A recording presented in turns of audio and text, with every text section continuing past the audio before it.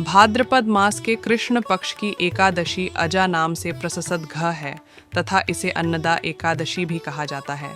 इस एकादशी के व्रत से जीव के जन्म जन्मांतर आंके सभी पाप नष्ट हो जाते हैं, वहीयान उनके सांताप समटने से भाग्य भी उदय हो जाता है।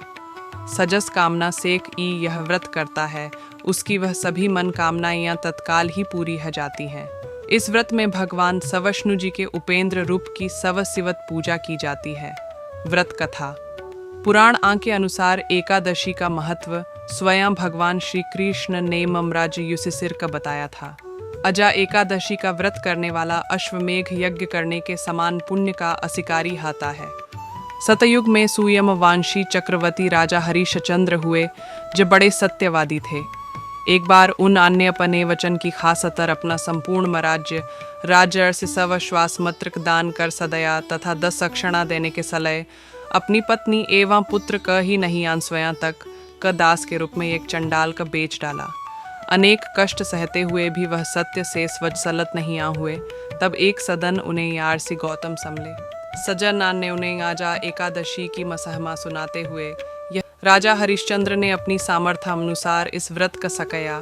सजस के प्रभाव से उन्हें न केवल उनका ख या हुआ राज्य प्राप्त हुआ, बल्कि परिवार सहित सभी प्रकार के सुख भगते हुए अंत में वह प्रभु के परमयाम का प्राप्त हुए।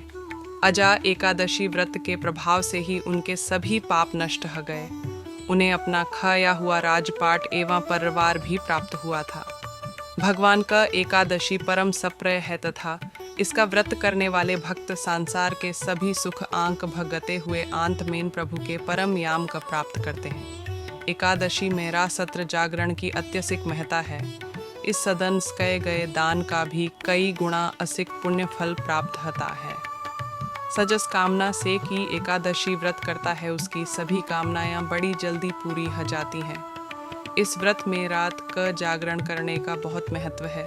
द्वादशी के सदन सुबह ब्राह्मण का भजन करवाने के बाद स्वयं भजन करना चाहता है। ध्यान रहे द्वादशी के सदन बैंगन न खाइयाँ।